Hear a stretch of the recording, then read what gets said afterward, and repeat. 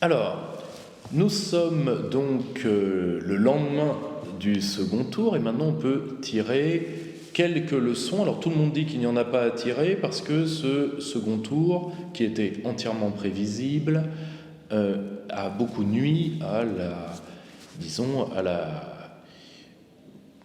la sûreté d'eux-mêmes de plusieurs commentateurs. Pourquoi ? Parce qu'il y a les commentateurs du challenge Macron-Le Pen qui disent, bon, il ne faut pas dire que la chance qui est toujours existante du duel Macron-Le Pen en a pris un coup dans le tarin, parce que comme c'est notre hypothèse, notre crédibilité est remise en cause.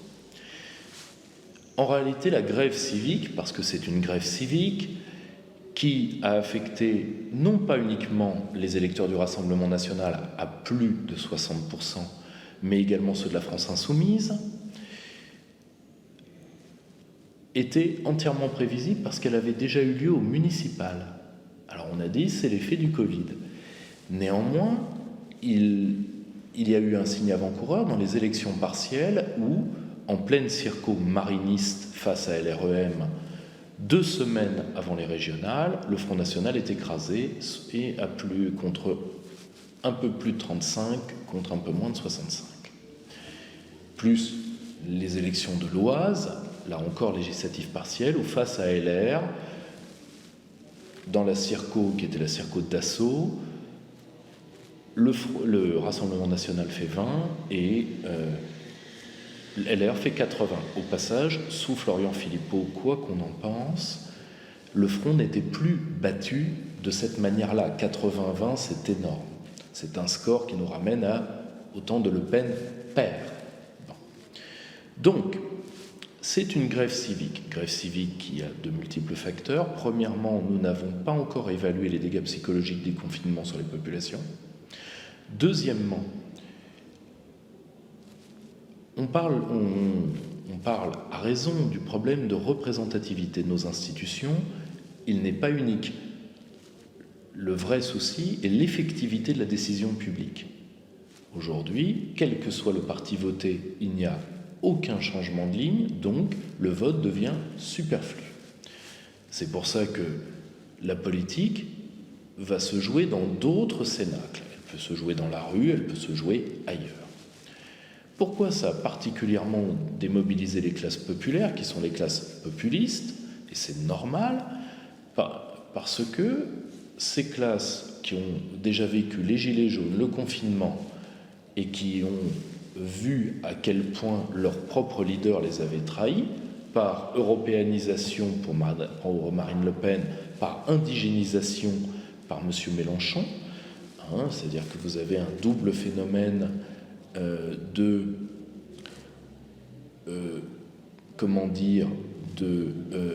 d'auto-neutralisation par le Front National qui prétend se dédiaboliser alors qu'il s'auto-neutralise parce que la dédiabolisation était, en tout cas à l'époque de Florian Philippot, qui n'est pas l'inventeur de la chose. La première dédiabolisation, c'est celle de Marine Le Pen, qui entend virer une partie des extrémistes de son parti. Florian Philippot, lui, pensera qu'il faut faire monter en compétence et en gamme le parti pour dédiaboliser par le haut. Cette approche sera payante. Marine retourne à la première dédiabolisation. Le problème, c'est que la première diabolisation au sens strict, c'est la barrière capacitaire, c'est-à-dire parti de bon à rien, nous n'en voulons pas. Beaucoup plus que parti d'extrémistes. Monsieur Mélenchon, lui, est autre chose. Il est retombé, notre camarade Bessonnet m'expliquait ça, et je trouve l'explication brillante. Il est retombé sous les conseils de monsieur Bompard, qui est un de ses principaux conseillers, dans l'optique, disons, d'un vieux gauchiste qui retombe sur la pureté révolutionnaire trotskiste, et quand les trotskistes lui disent « l'avenir, c'est les indigènes », il finit par y croire, car de toute façon, il n'a plus la main sur l'être liquide qu'est la LFI, vu qu'avant Mélenchon, qui est un homme de gauche autoritaire, passé du lambertisme au socialisme, avait un commissaire politique derrière chaque organe élu. Maintenant, il a renoncé à cette méthode pour avoir une LFI qui n'est rien de plus qu'un gigantesque être gazeux qui est donc infiltrable à tous les étages par une organisation motivée, ce qui est le cas des indigéno-trotskistes. Donc tout ça vient de la LCR. Obono, tous ces gens-là, c'est la LCR. Donc Mélenchon s'est fait digérer. De toute façon, maintenant, il n'y peut plus rien. C'est un cadavre politique qui marche encore, dead man walking, comme dirait Bruce Springsteen. Quant au Rassemblement national, l'échiquier est assez simple.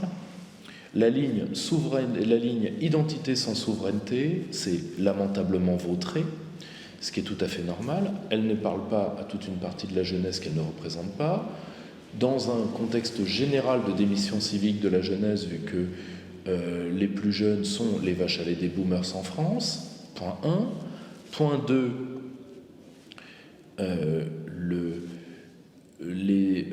disons ceux qui sont venus par le philippotisme, c'est-à-dire tous les coins qui ont été désindustrialisés et qui sont les coins ruraux et de grande ruralité, qui sont venus par Florian Philippot, qui ont fait le deuxième tour de Marine Le Pen, sont maintenant repartis.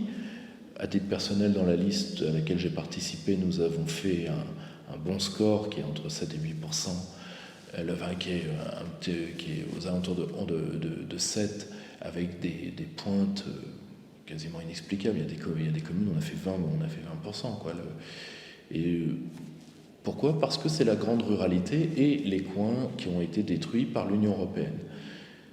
Preuve qu'une liste souverainiste unie et cohérente et qui parle de tout, donc qui incarne son programme de souveraineté, a un avenir en France. Il faut bien remarquer que les listes identitaires qui se sont présentées contre le front, il y en a eu au moins 4, elles ont fait toutes moins de 1. Donc il n'y a pas d'espace à la droite du Front National, il y a un espace populiste en France, plus que jamais. La seule chose, c'est de vouloir l'incarner. Est-ce que Éric Zemmour, qui est certainement l'un des hommes qui a dû sourire, pas uniquement, il y a lui, il y a Marion Maréchal, il y en a plusieurs autres, qui ont dû sourire hier soir de la déconvenue lamentable du Front. Même M. Mariani s'effondre, alors il y a des scores qui ont été divisés par 2 depuis 2015. Donc, il faut bien prendre en compte qu'il n'y a pas de dynamique. Ensuite, est-ce que cette absence de dynamique va se poursuivre ? Il y a 2 thèses. Il y a la thèse de gens qui sont très estimables, comme Jérôme Sainte-Marie, qui dit le bloc élitaire étant uni, le bloc populaire va se reformer, finir par se reformer et affronter à la présidentielle, et donc ce sera Marine Le Pen. Moi, j'évoque, sans d'ailleurs dire que c'est l'hypothèse définitive, une autre hypothèse qui est celle de l'électorat cachalot. Comme vous le savez, un cachalot, on ne peut prévoir ni son temps de plongée, ni l'endroit où il réapparaîtra. Eh bien, je pense qu'une partie de l'électorat, et ça c'est tout à fait normal, c'est le dégagisme dans le camp populiste, parce que quand à la fin les mauvais chefs on les tue, c'est comme ça. Est-ce que cet électorat reviendra face à Emmanuel Macron ? Pas sûr. Est-ce que cet électorat croit encore à des gens qui lui ont trop menti et qui maintenant se sont couchés devant le marqueur de classe qu'est l'Union européenne, c'est-à-dire maintenant l'Union européenne, les peuples n'en veulent plus, c'est les élites qui en veulent, c'est un marqueur de classe très clair. Est-ce que ces gens reviendront ? Pas sûr. Vous me direz, oui, mais comme votre serviteur vous l'avez prévu, moi je vous avais dit que les gagnants de ces élections seraient les LR, rappelez-vous. Pour une raison qui est très simple, c'est que les régionales, ça attire les vieux et que les LR, c'est l'électorat le plus âgé de France. Le retour du Parti socialiste est tout à fait normal pour une raison. Les LR et le Parti socialiste étaient des partis d'énarques, donc des partis de technocratie nationale, et sont devenus des partis d'hierarques, instituts régionaux d'administration, dont de technocrates locaux. Donc il est tout à fait normal qu'ils se soient repliés sur leur bastion de province, ce qui en plus est beaucoup plus facile pour le PS, qui est déjà un parti féodal par nature. Les LR le sont devenus parce qu'ils avaient hérité des gaullistes d'avoir des chefs et des sous-chefs.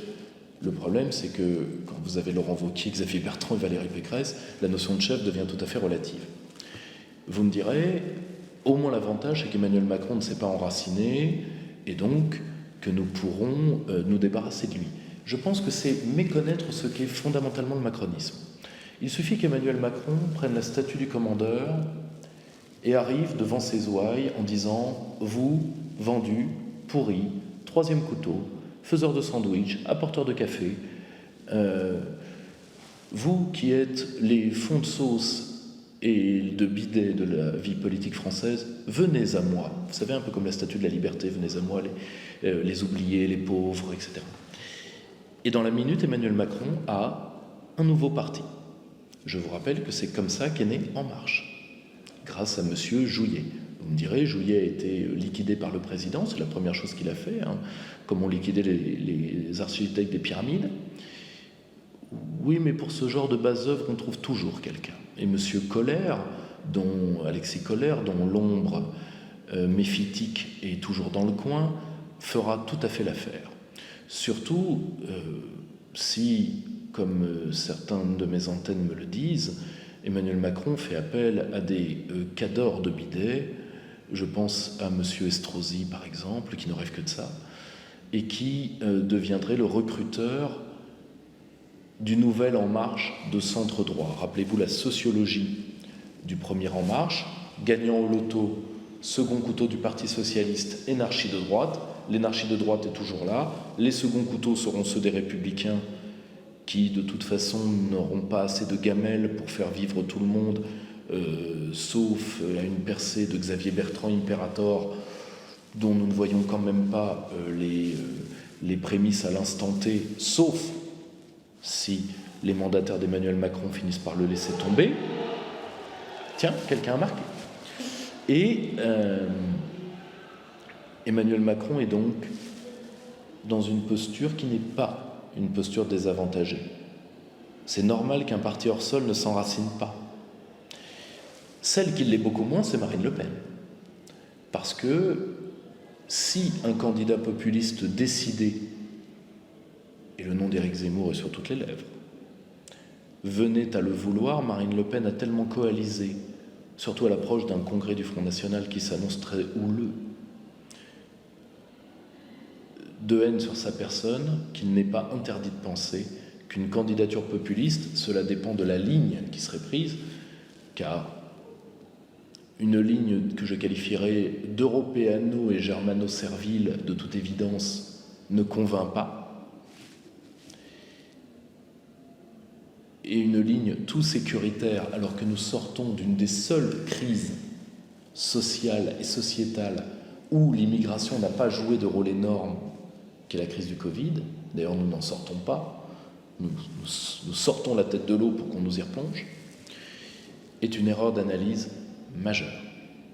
Je le crains. Mais une campagne équilibrée qui incarne le fait de souveraineté, comme nous l'avons fait avec le thème du Covid, peut tout à fait avoir une véritable dynamique avec en plus une personne neuve, qui mettrait autour d'elle un certain nombre de chefs souverainistes qui, pour une fois, pourraient mettre leurs égos de côté, de chefs souverainistes actuels ou passés, si on daignait leur faire une place. Marine Le Pen pourrait voir dans ce scénario la pire des scénarios, car pour l'instant le vote Zemmour prend au LR, le vote potentiel, mais s'il entrait dans une phase populiste, ça pourrait, elle, l'affaiblir lourdement. Ça ferait peut-être les affaires de M. Bertrand, ce qui n'est pas dit, ou peut-être que ça créerait une véritable dynamique qui permettrait de repartir de l'avant face à Emmanuel Macron. Nul ne le sait. À l'instant T, Emmanuel Macron n'est pas moins réélu. L'euro, ça te plaît? Robert Heidegger disait que le football est une peste émotionnelle. À l'instant T, Emmanuel Macron est toujours réélu. Mais est-ce que Marine Le Pen est la meilleure challenger? Ça, nous savons tous que ce n'est pas le cas. Est-ce qu'elle est encore la challenger principale? Oui. Est-ce que c'est le début de la fin? Peut-être. Est-ce qu'il est temps de bosser? Sûrement. Merci. Abonnez-vous à la chaîne, n'oubliez pas la cloche.